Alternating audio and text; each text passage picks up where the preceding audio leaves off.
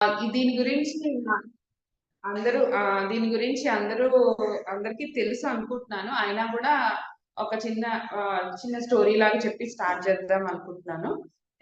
ఈ భగవద్గీత పుట్టుక అంటే ఫస్ట్ ఇది మహాభారత ఒక రాజు ఉండేవాడనమాట. ఆ రాజుకి ముగ్గురు కొడుకులు. ధృతరాష్ట్రుడు, పాండురాజు అండ్ విదురుడు. ఈ ముగ్గురు కొడుకులకి ధృతరాష్ట్రుడికి కళ్ళు లేవు.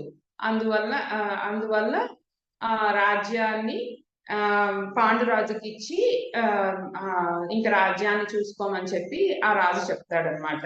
పాండురాజు చాలా మంచివాడు అండ్ అన్ని విద్యలు తెలిసినవాడు, అన్ని కళల్లోని ఆరితేరినవాడు అనమాట. ఈ పాండురాజు తన శక్తితోని సామర్థ్యంతోని మొత్తం అన్ని రాజ్యాలను జయించి మొత్తము విశాలంగా చేస్తాడనమాట. ఎంత చేసినా కూడా ఆయనకి తృప్తి ఉండదు పాండురాజుకి ఇంకా పెళ్లి చేసేస్తారు. అండ్ నేను చాలా షార్ట్ గా చెప్తున్నానండి, ఊరికే లైన్ లాగా. పాండురాజుకి పెళ్లి చేస్తారు. తర్వాత ఆయన ఎంత చేసినా ఆయనకి తృప్తి ఉండకపోతే ఆయన వచ్చి అప్పుడు ధృతరాష్ట్రుడికి చెప్తారనమాట.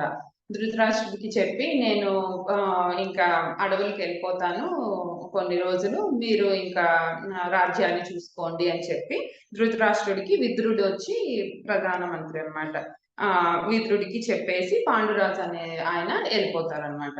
ఆయన వెళ్ళిపోయిన తర్వాత అప్పుడు ఇంకా ధృతరాష్ట్రుడికి ఇంకా నాకు రాజ్యం ఫస్ట్ నుంచి కళ్ళు లేవు కదా, అందుకే నాకు రాజ్యం ఇవ్వలేదు అని చెప్పి ఆయనకి ఒక ఫీలింగ్ ఉంటది అనమాట లోపల, ఇన్నర్.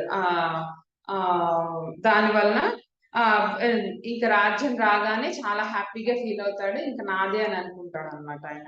తర్వాత ఇంకా పాండురాజుకి ఎలాగా పిల్లలు పుట్టరు, పిల్లలు లేరు కదా అని చెప్పి ఆయన రిలాక్స్ అయిపోతాడు అనమాట. కానీ పాండురాజుకి అక్కడ పంచ పాండవులు జన్మిస్తారనమాట కుంతీదేవి వల్ల. ధృతరాష్ట్రుడికి కూడా కౌరవులు జన్మిస్తారు. ఓకే. పాండురాజుకి పాండవులు జన్మిస్తారనమాట. అప్పుడు ఇంకా తెలుసుకున్న తర్వాత పాండురాజు కుమారులు ఆయన చనిపోయిన తర్వాత ఇంకా పాండురాజు కుమారుల్ని కూడా తీసుకొస్తారు కింగ్డమ్ కి.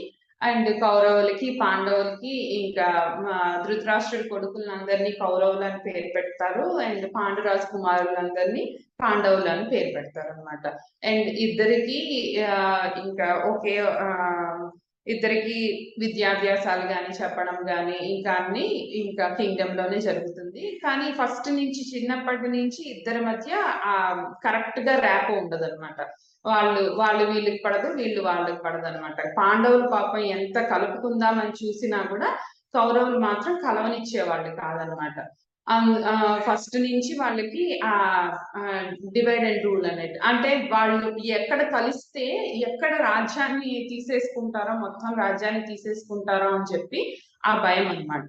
అందువలన ఇంకా ఫస్ట్ నుంచి ఆ రేపు కరెక్ట్ గా ఉండేది కాదు. తర్వాత ఇంకా పాండురాజు కుమారులైన పాండవులని చాలా రకాలుగా వాళ్ళు ఇబ్బంది పెడుతూనే ఉండేవాళ్ళు అనమాట. అయినా కూడా వాళ్ళు చాలా సహించారు.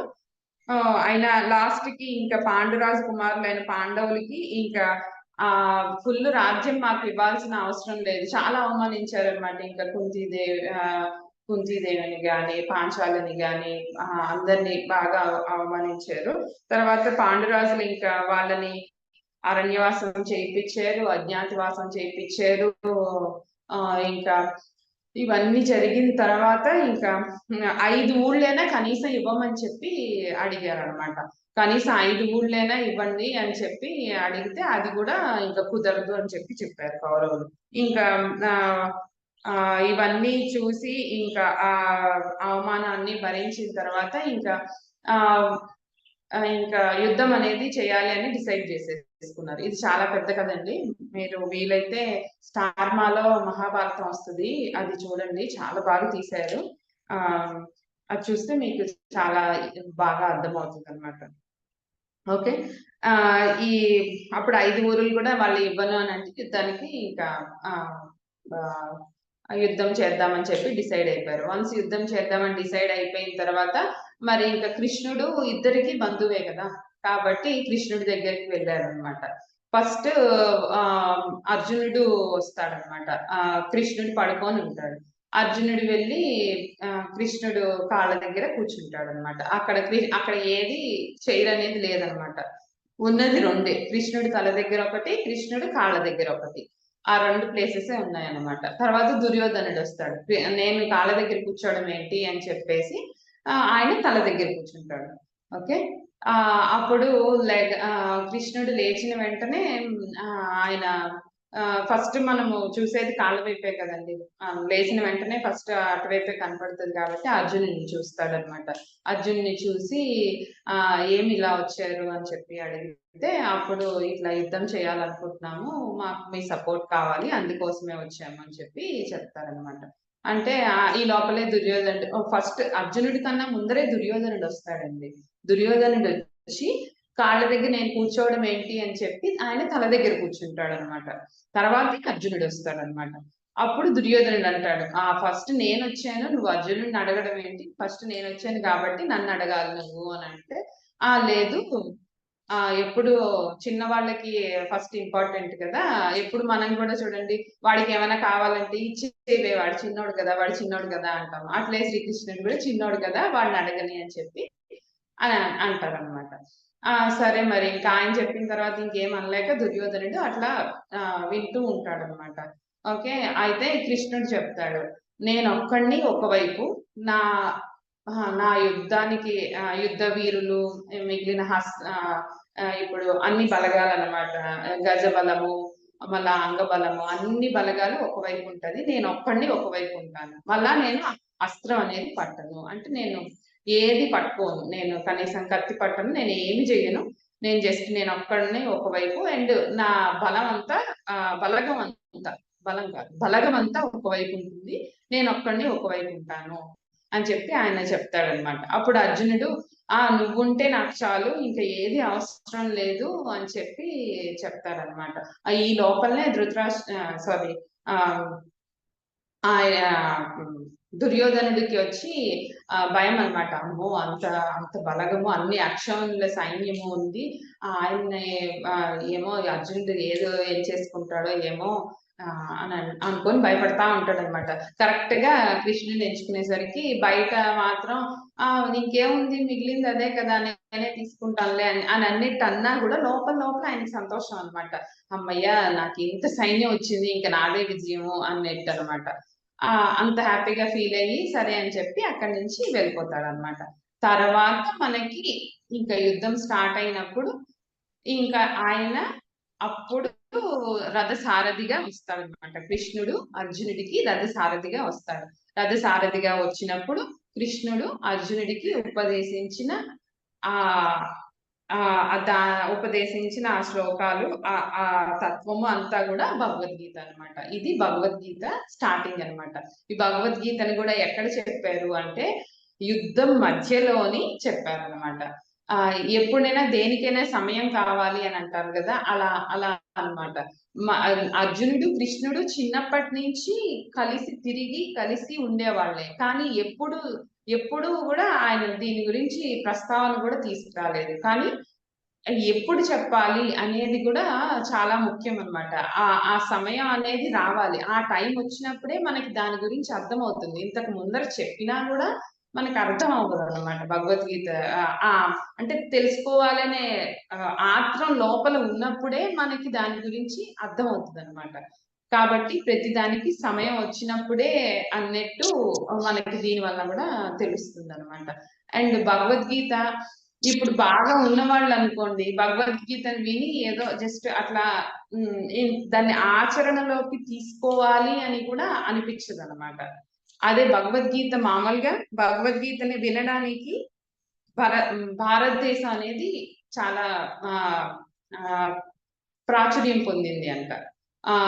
భారతదేశంలో ఉండి మధ్య తరగతి కుటుంబంలో ఉన్న వాళ్ళు భగవద్గీతను వినేదానికి కరెక్ట్ గా, అంటే మనకి మధ్య తరగతి కుటుంబంలో ఉంటే ఎట్లా అంటే అట్లా ఫుల్గా వాళ్ళకి కష్టం అనేది తెలియాలండి. కష్టం అనేది తెలిస్తేనే మీరు అప్పుడు భగవద్గీతను వింటే దానిలో మనకి ఆయన ఏం చెప్తాడు, ఏం చెప్పాలనుకుంటున్నాడు, ప్రతి దాంట్లోని ఆయన తత్వం అనేది మనకి బోధపడుతుంది అనమాట. కాబట్టి మనము ఈ జన్మలో ఇట్లా పుట్టి ఇట్లా చదువుకోవడం కూడా మన అదృష్టం అన్నట్టు మనం ఫీల్ అవ్వాలన్నమాట. అది భగవద్గీత గురించి కొన్ని క్వశ్చన్స్, దానికి కొన్ని ఆన్సర్స్ అన్నమాట. అయితే టోటల్ భగవద్గీత ఎన్ని శ్లోకాలు అంటే 700 శ్లోకాలు ఉంటదండి టోటల్ భగవద్గీత. దాంట్లో శ్రీకృష్ణుడు 574 శ్లోకాల వరకు శ్రీకృష్ణుడు చెప్పారు. అర్జునుడు 84 శ్లోకాస్, సంజయుడు 41 శ్లోకాస్ చెప్పున్నారు, అండ్ ధృతరాష్ట్రుడు ఒకే ఒక శ్లోకం చెప్పున్నారండి. ఓకే, ఇది భగవద్గీత గురించి టోటల్ నాకు తెలిసిన వరకు నేను చెప్పానండి. నెక్స్ట్ మనం భగవద్గీతలోకి వెళ్దాము, టైం అయిపోయింది. జ్యోతి గారు ఒకసారి చెప్పరా? ఎండింగ్ ప్రేయర్ చెప్పుకుందాము. ఎండింగ్ ప్రేయర్ చెప్పుకున్నాక ఏదైనా డౌట్ ఉంటే నేను క్లారిఫై చేయగలిగితే తప్పకుండా చేస్తాను. యోగేశం సచ్చిదానందం వాసుదేవం రజప్రియం ధర్మ సంస్థాపకం వీరం కృష్ణం వందే జగద్గురుం శ్రీకృష్ణం వందే జగద్గురుం. సర్వం శ్రీకృష్ణార్పణమస్తు. Thank you Jyoti. Thank you. Jyoti గారు ఒకసారి చెప్పరా, కృష్ణుడు ఎన్ని చెప్పారండి, అర్జునుడు ఎన్ని చెప్పారనేది? కృష్ణుడు 574 శ్లోకాలు చెప్పారండి. అర్జునుడు 84 శ్లోకాలు చెప్పారు. సంజయుడు 41 శ్లోకాలు చెప్పారు. ధృతరాష్ట్రుడు ఒకే ఒక శ్లోకం చెప్పారు. టోటల్ 700 శ్లోకాస్ భగవద్గీత. అందరిలోకి ధృతరాష్ట్రుడు హైలైట్ ఒకటి చెప్పినాడు. ఆయన ఒక్కదాంతోనే మన భగవద్గీత ప్రారంభమే ఆయన శ్లోకంతోనే.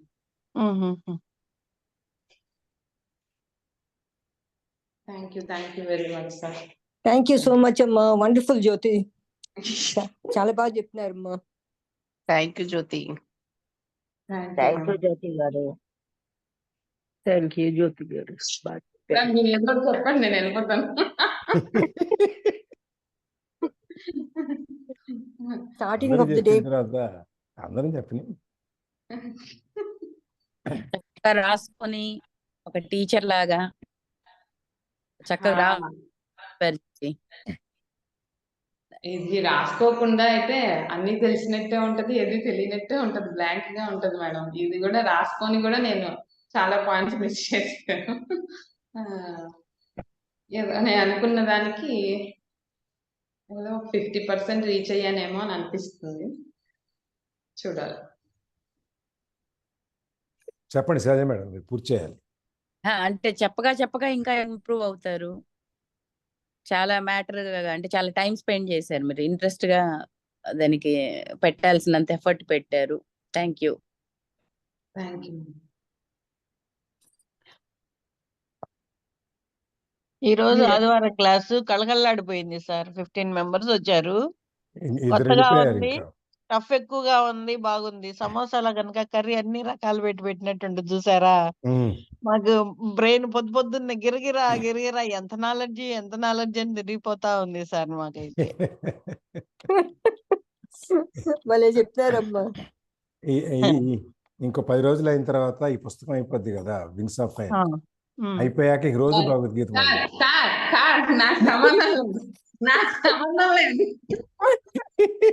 జ్యోతి భగవద్గీత అన్నారు కానీ జ్యోతి చెప్తుందని చెప్పలేదు కోటేశ్వరరావు సార్. అట్లయితే రోజు భగవద్గీత మొదలు పెడదాం.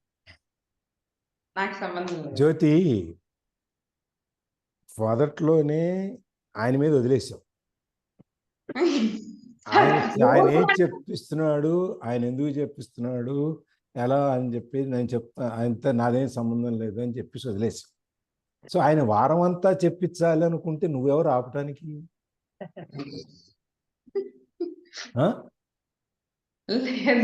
నువ్వెవరు ఆపటానికి? ఆయన చెప్పిస్తే అంటే మాదే ఉంది.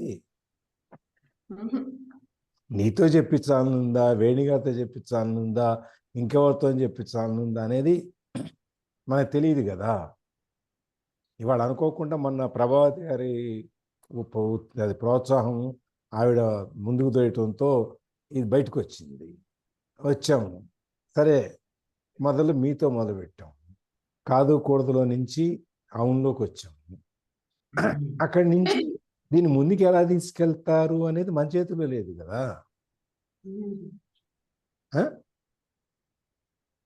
Really you have done a wonderful work. దీనికి సార్ అందులో భగవద్గీతను మించిన బుక్ లేదని కూడా ప్రతిసారి తెలిసిన వాళ్ళు చెప్తూనే ఉన్నారు కదా సార్. మనకి ప్రతి పుస్తకంలో అదే వస్తుంది. అదే కదా. ఇప్పుడు ఫారిన్ పుస్తకాల గురించి చదివినా మనకు అదే వస్తుంది. ఇకిగైలో వచ్చినా భగవద్గీత వస్తుంది, మనకి ఎందులోకి వెళ్ళినా భగవద్గీత వస్తుంది. అందుకనే కదా మనం అసలు భగవద్గీతకి వెళ్తే ఎందుకు వెళ్ళకూడదని కదా మనం దానికి వచ్చాము. సో మనం వినాలని మాకు ఉండాలి, చెప్పవాళ్ళకి చెప్పాలని రాసిపెట్టి ఉండాలి. ఈ రెండు ఉన్నప్పుడే మరి ఇన్నాళ్ళు బట్టి 4 సంవత్సరాల నుంచి చదువుతున్నాం మనం. ఇవాళ భగవద్గీతకి ఎందుకు వచ్చాము? దాని టైం వచ్చింది అంతే. జ్యోతే చెప్పాలని ఎందుకు ఉంది? ఆ టైం వచ్చింది. దాన్ని మనం ఏం చేస్తాం? మంచి చాలా సార్ కష్టపడ్డారు. అది కూడా సండే సెలవు దినంగా 2-3 వారాల పైగా నుండి ఇవాళ పంచమి, ప్రకటించిన సండే. ఇవాళ పంచమి మంచి రోజు. అన్నీ తెలియని విషయాలు చాలా తెలిసాయి సార్. అదే దేవుడు ఎప్పుడు ఏది ఎలా సమకూర్చాలో ఆ విధంగా ఎక్కడెక్కడ ఎవరిని ఉంచి వాళ్ళతో చేయించాలో అవి చేయిస్తున్నాడు ఆయన. మన సుందరకాండ గురించి చెప్పుకున్నప్పుడు, ఆ ఆంజనేయుడి గురించి చెప్పుకున్నప్పుడు ఎలా అయితే అట్లా ఉందో ఇక్కడ అన్ని చేయిస్తున్నాడు. మనకి ఇంత సింపుల్గా భగవద్గీత గురించి ఒక పరిచయాన్ని ఒక అరగంట సేపు ఇంత సింపుల్గా చిన్న చిన్న వాక్యాలతో మనకు అర్థమయ్యే భాషలో చెప్పటం అనేది అంత చిన్న మామూలు విషయం కాదు. దాన్ని చక్కగా మరి కనీసం నేను 4-5 గంటలు ఖర్చు పెట్టి ఉంటుంది దీని కింద. అన్నీ రాసుకుని మళ్ళీ చెప్పేటప్పుడు కొన్ని మిస్ అయిపోయి, కొన్ని తర్వాత గుర్తొచ్చి మళ్ళీ దాని మధ్యలో తీసుకొచ్చి యాడ్ చేసి మళ్ళీ దాన్ని మిస్ అయిపోయిన కొన్ని సరే తర్వాత తన స్థానం అలాంటిది కదా సార్. ప్రిపరేషన్ తర్వాత చెప్పటం అనేది దానికి చాలా ప్రిపరేషన్ కావాలి. చెప్పడానికి 4 గంటలు ప్రిపేర్ అయితే కనీసం అరగంట 30 గంట కంటే చెప్పలేము. అది గురువు స్థానంలో ఉంది కదా సార్. కష్టం బట్టనే కదా మనకి ఫిల్టర్ చేసి ఇవ్వగలరు. అందుకనే అంత సారం మీరు ప్రిపరేషన్ కాదు, మీరు 4 గంటలు ప్రిపేర్ అయితే ఇంత చెప్పాలని 1 గంట సేపు ప్రిపేర్ అయితే మీకు అరగంట కంటే ఎక్కువ రాదు బయటికి. అంత ఫిల్టర్ అయిపోద్ది. చెప్పేటప్పుడు చాలా వరకు ఫిల్టర్ అయిపోతాయి, వొమిట్ జారిపోతాయి అన్ని చాలా. అట్లా ఇవన్నిట్లో నుంచి బయటకు వచ్చి ఈ గీతా సారాన్ని మనకి ఒక అరగంట సేపట్లో అసలు గీత అంటే ఏంటి, ఎక్కడ పుట్టింది, ఎలా వచ్చింది, దీనికి విన్నవాళ్ళు ఎవరు, ఆ రోజున అది విని మనకు తీసుకొచ్చి మనకు అందించిన వాళ్ళు ఎవరు, ఎక్కడ, ఇదంతా ఆ మూలం అనేది ఉంది చూసారా.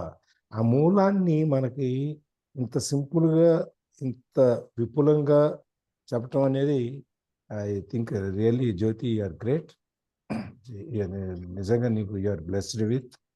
సో మా అందరికి కూడా నీ సాహిత్యం ఇది దొరికినందుకు మేమందరం కూడా సంతోషించాలి. మేమందరం కూడా ఒక విధంగా పెట్టి పుట్టినట్టే అది. Thank you very much. Thanks a lot Jyoti. It's a blessing you are giving. మాకందరికి ఇస్తుంటారనమాట. So we are getting the blessings from you and you are blessed. ఈ అరగంట 30 గంట చెప్పినంతసేపు నువ్వు జ్యోతి కాదు, మాకు గురుస్థానంలో ఆయన అప్పుడు ఎట్లా చెప్పారో ఇప్పుడు నువ్వు అక్కడ ఉన్నావు అనమాట. లేదు సార్, ఎప్పుడు వింటా ఉంటాను క్లాసు. అంటే అది చెప్పాలి అని వచ్చేసరికి ఒక తెలియకుండానే ఇంకా జాగ్రత్తగా వినాలి, ఇంకా పదాలు కరెక్ట్ గా ఇంకేం మిగిలిపోతాను చెప్పాలి అనేది వచ్చేసరికి, ఆ బాధ్యత వచ్చేసరికి అంటే మామూలుగా నేను నా పని చేసుకుంటా పెట్టుకుంటాను, అది వెళ్తూ ఉంటది, చెవులో పడాల్సింది పడుతుంది, లేనిది లేదు, అట్లా వెళ్ళిపోతుంది అనమాట. చెప్పాలి అనే బాధ్యత వచ్చేసరికి ఎన్ని వచ్చాయంటే ఇలా ఉంటది అనమాట. గ్రేట్. చాలా నేర్చుకుంటాం జ్యోతి. అది మాత్రం కరెక్టే. కానీ టైము ఎక్కువ స్పెండ్ చేసి ఆ నాలెడ్జ్ అంతా బాగా రాసుకొని చేసి చాలా బాగా చెప్పారు. అసలు నీ టోన్ కూడా ఆ బేస్ బాగుంది ఆ చెప్పే ఇది. They have taken a lot of preparation, Amma. దాని అర్థం వరకు చెప్పేయాలంటే చెప్పేయచ్చు సార్. దాంట్లో ఉన్నది చదివి చెప్పేయాలంటే ఏమి అంత కష్టమేం కాదు. ప్రతి దాంట్లోని కూడా మనకి శ్లోకంలో ఒకటి ఉంటది, దాంట్లో ఇన్నర్ గా తెలుసుకోవాల్సింది ఒకటి ఉంటది, దాన్ని అనలైజ్ చేయాల్సింది ఒకటి ఉంటది. ఒక్కొక్కరిది ఒక్కొక్కలాగా ఉంటది వ్యూస్. అందరి వ్యూస్ లో మనకేది నచ్చింది, మనకేది అనిపిస్తుంది, అవన్నీ తీసుకోవాలి మళ్ళా. ఇప్పుడు బుక్స్ అనుకోండి, వాళ్ళందరూ పెద్ద పెద్ద బుక్స్ చదివారు, చెప్పారు అనుకుంటే వాళ్ళదంతా మనం కంపేర్ చేసుకోవాలని ఇంకా నేనైతే ఫుల్ బుక్ కూడా నా దగ్గర అంత పెద్ద బుక్ కూడా లేదు సార్. నా దగ్గర ఉన్న బుక్ తోనే నేను అన్ని అనలైజ్ చేసి ఇంకా కొన్ని యూట్యూబ్ లోని కొన్ని అన్ని అందరిది అనమాట. దీంట్లో చాగంటి వాళ్ళు ఉన్నారు, దీంట్లో వచ్చి సామవేద షణ్ముఖ శర్మ గారు ఉన్నారు, అండ్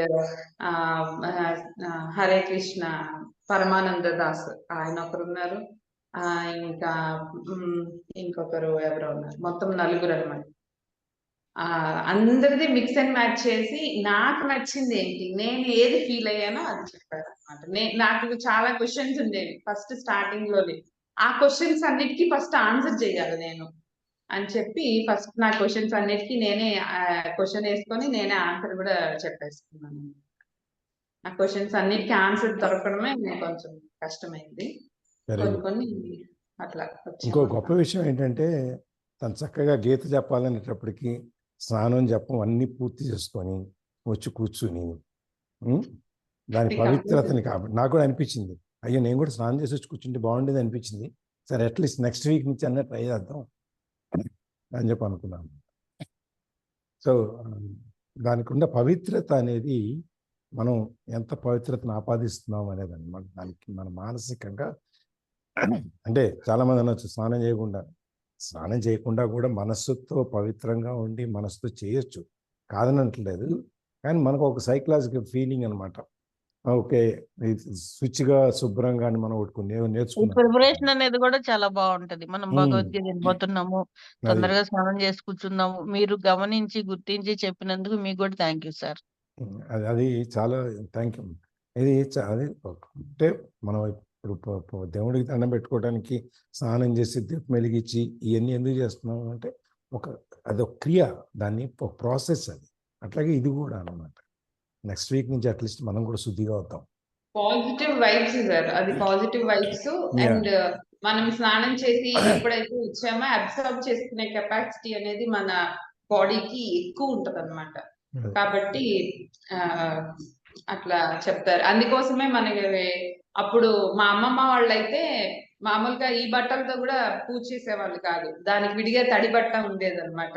ఆ తడి బట్ట కట్టుకొని మడి బట్టలు ఉంటాయి, మడి బట్టలు అవి కూడా తడిగా ఉంటాయి. మళ్ళా ఆ మడి బట్ట కూడా అలాగే కట్టదు, కొంచెం తడిగానే కట్టుకుంటది అనమాట.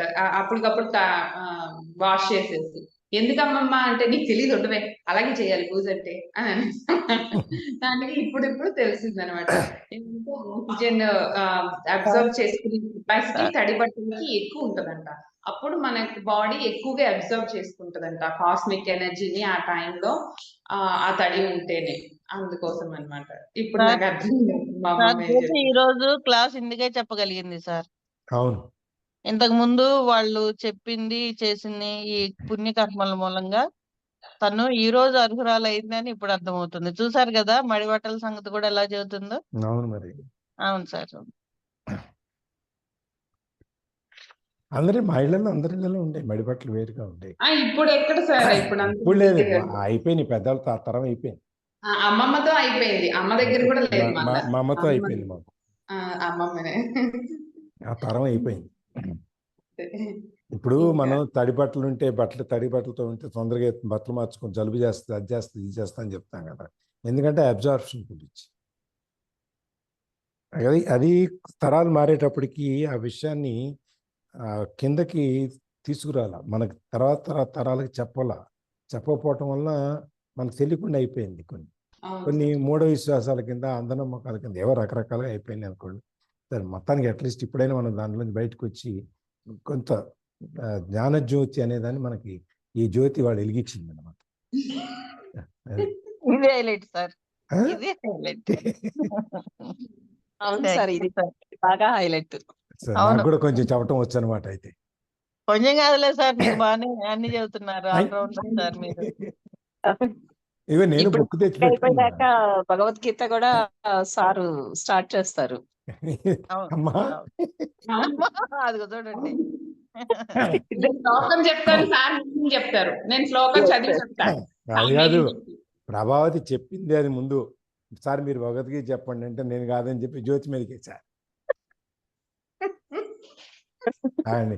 ఇవన్నీ రికార్డ్ అవుతున్నాయి, బాగుండదు.